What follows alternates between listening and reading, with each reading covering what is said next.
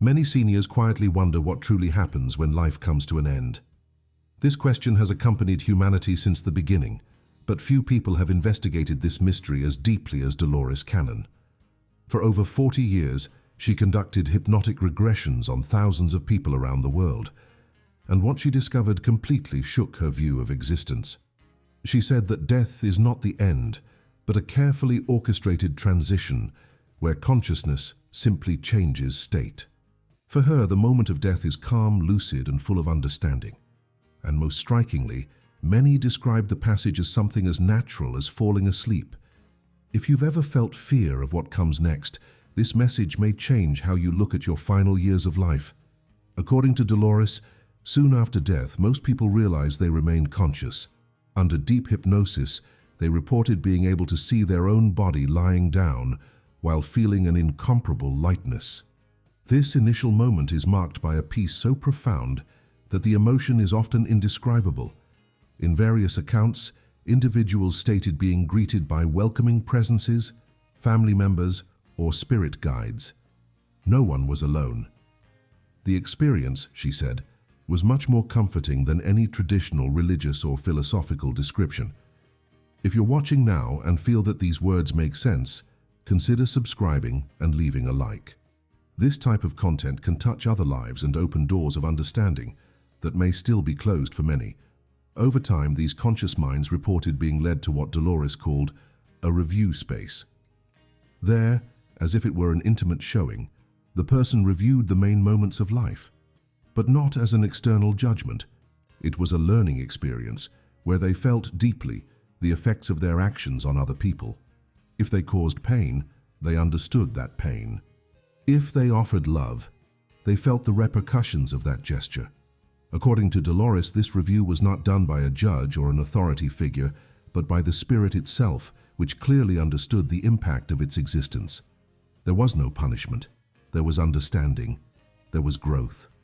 For seniors who carry old guilt, this vision can be liberating. Dolores also stated that the soul chooses to return when it returns. Reincarnating for her was not a punishment, but a choice made with wisdom. According to her studies, the spirit decided to return to physical life with specific learning objectives. Nothing was by chance. Every difficult experience, every pain lived, was part of a bigger plan. When viewed from this angle, old age ceased to be a burden and became the closing of a precious cycle. Many of her most touching accounts came from seniors in their final years who, upon understanding this vision, began to face their departure with serenity, without fear, with a deep acceptance of the life they lived and the journey to come. In one of her most well-known sessions, a patient described the exact moment of death as walking through a door of light. There was no sound, no pain, just an immense expansion of consciousness. She reported understanding at that moment the reason for all things. Every loss, every love, every mistake, everything had a meaning that was previously invisible. And curiously, she said that time, on the other side, did not exist in the way we know it. For those who are aging and feel that time is running out, this idea can bring comfort. Perhaps time is just a tool of earthly experience, and true existence is revealed only when we free ourselves from it. Dolores Cannon didn't sell promises. She listened, documented, and shared what thousands of people revealed under deep hypnosis. Her accounts crossed cultures, religions, and diverse contexts, and yet they brought surprisingly similar elements. For her, this indicated that there is a pattern in the after-death experience, something that does not depend on belief, but on consciousness. When a senior hears this information, something changes. The fear decreases, the curiosity increases, and the feeling that death is a tragedy begins to lose strength. We begin to see life as a continuous journey, where each phase has its value, including the last one, perhaps especially the last one. Throughout her investigations, Dolores began to realize that many souls, soon after leaving the body, enter a state of guidance. They are accompanied by higher consciousnesses who help them understand what has just happened. It's not a solitary or confusing process. In fact, most accounts describe this moment as welcoming, almost familiar. Souls feel understood without judgment, without rush. And this guidance doesn't last just a few minutes. It can take an indefinite time until the soul is ready to move forward. Dolores said that this interval serves for the spirit to reconnect with who it really is. For many seniors, this idea is reassuring. Knowing that they will not be thrown into the unknown, but rather received and guided, completely changes how they imagine the end of life. One of the most impactful revelations coming from Dolores' sessions is that the soul, when leaving the body, does not feel fear. On the contrary, it feels relief. The weight of the physical body disappears. The pain, the fatigue, the limitations of age, all of that is left behind. And this liberation is not traumatic. It's like taking off an old coat. Many reported that they felt like they were going home. This contrasts sharply with the traditional view of death as a scary and painful end. For those who are aging and feel their body failing, this perspective can bring immense comfort. Dolores didn't ask that people believe her. She simply shared what she heard countless times from people who never knew each other, but who described the same thing with different words. She also spoke about souls who chose to remain for a while watching their loved ones, not as trapped ghosts, but as silent and loving presences. Many wanted to ensure that their children, grandchildren, or partners were at peace. Some tried to send subtle signals such as dreams, smells, or sudden memories. Dolores said that this happened more often than we imagine. For seniors who have lost someone and feel deep longing, this information is precious. Maybe that memory that comes out of nowhere, that song that plays at the right time, are not coincidences. Maybe they are gestures of love coming from a plane that we don't yet see, but that is closer than we imagine. Dolores also reported that the soul takes with it everything it has learned. Nothing is lost. Every conversation, every gesture of kindness, every overcoming, all of that remains recorded, like a spiritual baggage. And most importantly, this baggage is not heavy. On the contrary, it strengthens consciousness. She said that many souls were surprised by the value of small attitudes, which during life seemed insignificant. A smile, an attentive listening, a hug. Simple things that, at the time of review, proved to be great contributions. For those who live today in silence, thinking that they no longer have anything to contribute, this vision can rekindle the value of presence, affection, and listening. Another curious point in the accounts is that, on the other side, there is no physical appearance. The soul has no body, but retains its identity. Dolores said that many reported recognizing themselves as a form of light or energy, and that they could identify other souls by their vibration, not by their face. And even without a body, they felt love, joy, and connection. This freedom of form allowed them to communicate instantaneously, without words. A direct understanding, without misunderstandings, without masks. For those who have spent their lives trying to explain themselves, trying to be understood, this idea sounds like relief. After all, on the other side, what we really are seems finally to be seen and felt without barriers. Dolores Cannon never sought to create a new religion or doctrine. She saw herself as a researcher of consciousness. Her sessions were conducted with ethics and respect, and the results, however extraordinary they were always treated with seriousness. She knew the responsibility of divulging that which touched so many beliefs and emotions, but she insisted that the accounts spoke for themselves, and they repeated themselves time after time with impressive consistency.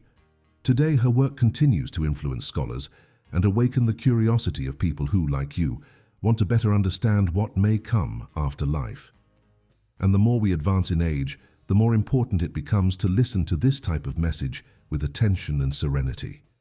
Among Dolores' discoveries, one of the most touching concerned the connections between souls. According to her, many of the deepest bonds we have in life don't arise by chance. They are reunions. Souls that have walked together in other existences and unite again to fulfill specific purposes. Family, friends, even people with whom we had significant conflicts, all these relationships are part of a larger plan. This helps explain why certain encounters seem to carry an intensity difficult to explain. Dolores said that, upon death, the soul understands the role of each person in this great puzzle of life. For many seniors who carry old grudges, this perspective can be a key to liberation. Knowing that even the pains had a reason, can open space for forgiveness and peace in the final chapters of life. Dolores also spoke about the moments leading up to death. For her, many souls begin to prepare even before the physical departure happens. In some cases, this manifests in dreams, intuitions, or sensations difficult to explain. Seniors reported clear premonitions that the end was near, but without fear. It was like a peaceful acceptance, almost a recognition that the cycle was closing. On other occasions, she described what she called spiritual visits, when loved ones who had already passed approached the person about to die, offering comfort and preparing the way. This type of account was frequent, and for Dolores revealed that the transition is a process accompanied with great care. Never solitary, never cold, always with love and purpose. One of the most frequent questions Dolores received was, what happens to those who are afraid to die?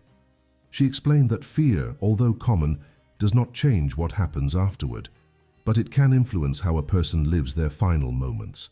For those who depart with dread, the experience may seem more confusing at first, until consciousness adjusts and realizes what is happening.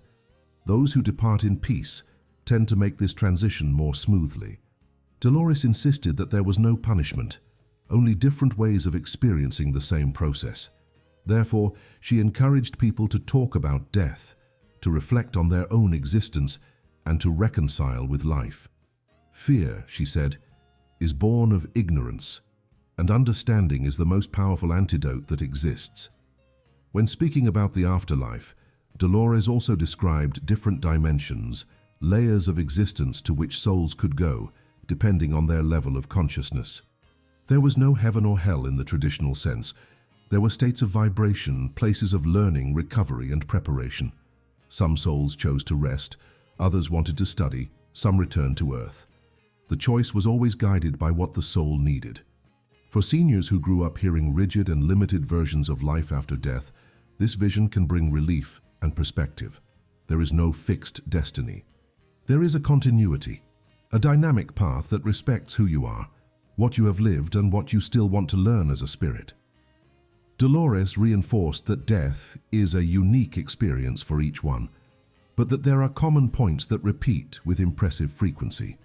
Peace, light, welcoming, and expansion of consciousness appear in practically all accounts. Even when lives were difficult or marked by suffering, what came after was always described as liberating. She said that many souls after death felt a love so intense that it could not be compared to anything they knew on earth. It was a love without condition, without demand, without charge, and this experience left a deep mark. For those who have feared for years what would come next, this possibility of reunion with a state of love so pure can completely transform the vision about the end of the earthly journey. Dolores Cannon believed that when talking about death, we are actually talking about life. Understanding what may come next helps us to live better now. She said that by losing the fear of the end, we gain the freedom to enjoy the present with more lightness and gratitude. And that's why so many seniors who have heard her words report profound changes in their way of living. It's not about having all the answers, but about opening space for a new understanding. Dolores never promised certainties, but offered possibilities. And these possibilities many times are exactly what we need to live our last years with more dignity, consciousness, and inner peace.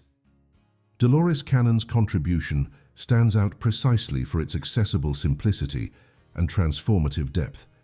She didn't write for academics or religious people, but for ordinary people in search of meaning. Her work gained strength among seniors because she treated aging with respect and clarity, without infantilizing or promising miracles. She offered something more valuable: understanding. By understanding that life is just one stage within something much larger, many began to face their own limits with less suffering. The body may age, but consciousness remains alive, active, curious. And this consciousness, according to her, continues its journey after death with even more freedom. This simple but powerful idea has helped thousands of people to cross their last years with more courage and lightness. Among the most valuable teachings left by Dolores is the notion that each life is unique, but none is wasted. Even those who feel forgotten, isolated, or too tired to move forward carry within themselves a trajectory full of value. She said that, upon arriving on the other side, many were surprised by how much they had contributed, even without realizing it. A gesture made decades ago could have changed the course of an entire life. This perception brought tears of gratitude and a new understanding about what really matters. For seniors who think they haven't left a legacy, this revelation can be liberating. Life doesn't need to be grand to be meaningful. It just needs to have been lived with truth. Dolores also addressed grief with a rare sensitivity. She explained that the soul, upon departing, feels the suffering of those who remain but does not want them to remain trapped in pain.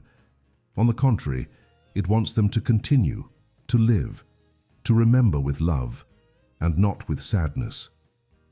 Therefore, many spirits try to communicate, especially in the first days after departure, when the emotional bond is still stronger.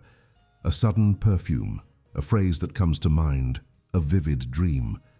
They are simple ways of saying, "I'm fine, continue in peace." For seniors who have lost partners or family members throughout their lives, this message can bring real comfort. The connection remains alive, even if the eyes can no longer see.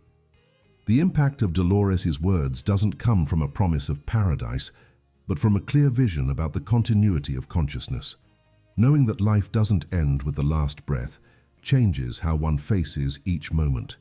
Dolores defended that it is possible to live better when one understands that nothing is lost. Neither loves nor learnings nor the essence of what we are.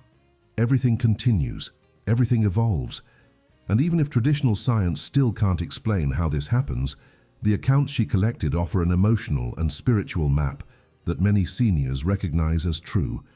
This intimate recognition is what makes her words cross time with so much impact.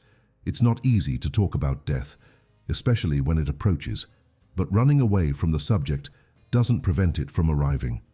Dolores Cannon invites us to look at it with different eyes, not as an enemy, but as a necessary part of the journey, a passage, not an end. When listening to the stories she gathered, we feel that there is something bigger waiting for us, something more gentle than we were taught to imagine. For many seniors, this is the difference between departing with fear or with serenity. And even if nobody knows for sure what awaits us on the other side, there is comfort in the possibility that we are not alone, we are not lost, and that everything we lived here has a deep value that will be welcomed and understood. If you have come this far, perhaps these words have touched something inside you. Perhaps they have awakened memories, emotions, or even a new way of seeing life. If you feel that this content can help someone you love, share it. And if you want to continue receiving stories like this, consider subscribing to the channel. For many seniors, listening to this type of message is like turning on a light where before there were only doubts. The journey doesn't end at death. According to Dolores Cannon, it just changes form. And perhaps by understanding this with an open heart, we can live the present with more meaning and depart one day with more peace.